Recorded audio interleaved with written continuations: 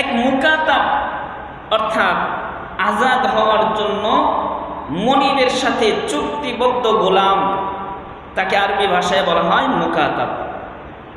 এই মুকাতাব গোলামটা হযরত আলী রাদিয়াল্লাহু তাআলা আনহুর কাছে আসছে, এসে বলতেছে যে আমিরুল মুমিনিন, আমি তো চুক্তির টাকা পরিশোধ করতে আমি অক্ষম হয়ে গেছি, এখন আপনি আমাকে একটু সাহায্য করেন, হয়তো ঋণ দেন, নয়তো বাইতুল মাল থেকে, রাষ্ট্রীয় কোষাগার থেকে কিছু আমাকে সাহায্য দেন, যেই সাহায্যের মাধ্যমে আমি আমার কিতাবাতের চুক্তি সম্পন্ন করতে পারি, আমার এই ঋণটা আমি পরিশোধ করে দিতে পারি।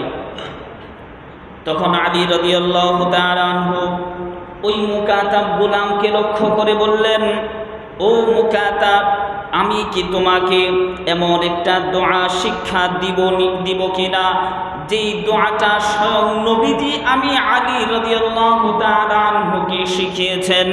এই দোয়াটা যদি তুমি পড়তে থাকো তাহলে তোমার ঋণ যদি পাহাড় সম পরিমাণ ঋণ হয়, সেই ঋণ পরিশোধের ব্যবস্থা আল্লাহ তাআলা করে দিবেন। ওই মুকাতাব বান্দা ব্যক্তি বলতে লাগলো, হ্যাঁ আমিরুল মুমিনিন, আমাকে সেই দোয়াটা শিখিয়ে দিন।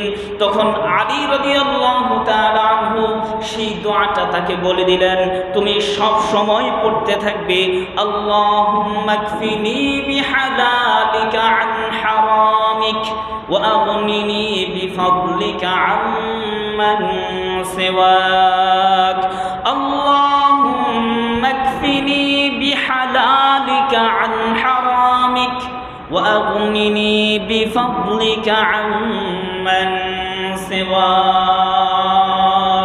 এই দোয়াটা তুমি পড়তে থাকবে, তাহলে এই দোয়ার বরকতে আল্লাহ তাআলা তোমার ঋণ যদি পাহাড় সম পরিমাণ হয়, সেই ঋণ পরিশোধের ব্যবস্থা করে দিবেন।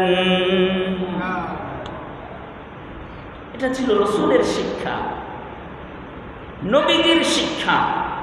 তুমি নামাজ আদায় করো, আল্লাহর দিকে ধাবিত হও, আর এই বাক্যগুলো দিয়ে দোয়া করো। প্রথম বাক্য হলো আল্লাহুম্মা ইন্নী আউযু বিকা মিন গালাবাতিদ দাইনি ওয়া কাহরির রিজাল। দ্বিতীয় বাক্য হলো আল্লাহুম্মা কফিনি বিহালালিকা আন হারামিক ওয়া আগনিনি বিফাদলিকা আম্মান সিওয়াক। আল্লাহ তাআলা আমাদেরকে এই দুইটা দোয়া মুখস্থ করে এই দুইটা দোয়ার মাধ্যমে বেশি বেশি দোয়া করা এবং ঋণ মুক্ত থেকে জীবন যাপন করার তৌফিক দান করেন, বলেন আমিন।